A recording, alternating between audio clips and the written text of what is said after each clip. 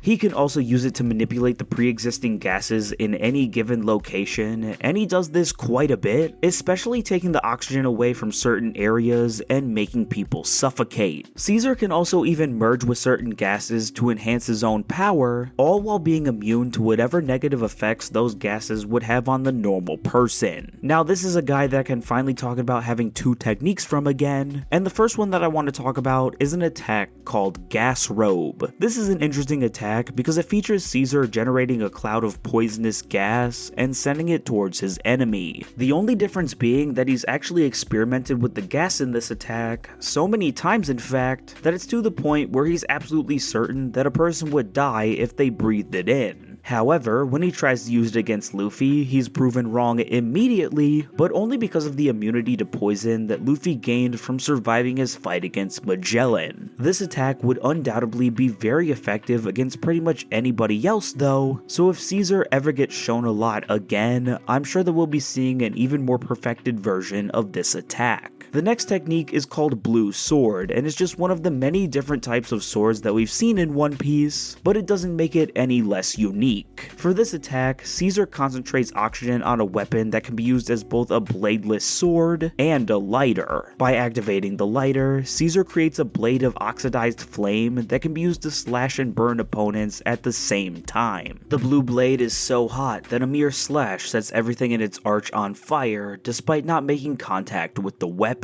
It is a pretty basic attack in the grand scheme of things, but I'm definitely more likely to talk about something in one of these videos if I think it looks cool, and Blue Sword is one of those things. And with that, we're back to the Admirals, as the next Logia user that we need to talk about is Green Bull, who ate a Logia devil fruit called the Mori Mori no Mi, which allows the user to create, control, and transform into flora at will, making the user a forest human. There's probably something behind Fujitora being the only admiral that doesn't have a Logia devil fruit, but we've known that he's different from his other admirals for quite a while now. Anyway, we're here to talk about Green Bull, and his fruit being a Logia and not a Paramecia was a little surprising, but it being a Logia was never out of the realm of possibility. This is another fruit that we've barely seen in the grand scheme of things, as Green Bull only fought the Samurai of Wano for a few chapters before Shanks scared him away. With that being said, he definitely left an impact when he appeared, as the panels of him draining the life force from King and Queen were pretty jarring. One weird benefit of this fruit that also makes sense is that the user can undergo photosynthesis with their plant-like body, allowing them to be sustained indefinitely so long as they're exposed to light and water, even without conventionally eating. This is why the rumors about Green Bull not eating for years before we see him for the first time actually make sense and are true. Green Bull can also use his various plants to do things that normal people can't do, like when he grew a spinning flower out of his back to give himself the ability to fly. There's once again only one technique that I want to talk about when it comes to this fruit, and it's an attack called Kiniku Mori Mori. In this attack, Green Bull generates wood from his arms, plants them into the ground, and manipulates the roots rising from the surface to shape into a giant tree golem that covers his original body, greatly increasing his strength and durability. His tree form is able to reach gigantic sizes, seen in his fight against Morley, where he towered over the infrastructure of Marajwa. This is definitely Green Bull's signature attack, and it's another one of these attacks that looks really cool in my opinion, so you guys already know that I had to talk about it. And with that, we can talk about our first deceased member of the Logia Fruit Club, as our next Logia user is Monet, who ate a Logia fruit called the Yuki Yuki no Mi, which allows the user to create, control, and transform into snow at will, making the user a snow human. Now this is an objectively weaker version of Aokiji's fruit, but it also has a few things that make it totally unique. Monet is actually the only Logia user that we've seen that hasn't been able to put herself back together for a certain amount of time, but that was all because Zoro scared her so much that she thought that she was gonna die. She can also do things like weaken someone and make them lose consciousness by hugging them, using her cold body to sap their own body heat. When she did that to Luffy, it was pretty insane, and it was a good thing that Zoro was able to get him to lock in, because Luffy truly could have died there. Monet honestly uses her abilities for defense most of the time, but the one technique that I want to talk about is offensive, and is an attack called Manin Yuki. In this attack, Monet completely turns into snow, and then proceeds to surround an opponent's body with the snow, weakening them and immobilizing them with the severe cold that she exudes. While the enemy can't move, Monet then transforms into a large snow monster with long fangs made of solidified snow, which can easily rip through flesh and bone. The coolest thing is that the opponent might not even know how bad their injury is, as it doesn't bleed because of how cold it is. You'd never believe based on some of the other techniques that I've talked about in this video, but it simply looks really cool, and I personally believe that Monet had a really cool design for a character that wasn't around for all that long. Her devil fruit and the way she used it definitely played into that, but so did her overall character, as her wings look really cool when she's covered in snow. And with that, we can move on to the final devil fruit that I want to talk about in this video, and it's actually a 2-for-1, as both Ace and Sabo are Logia users that ate a Logia devil fruit called the Mera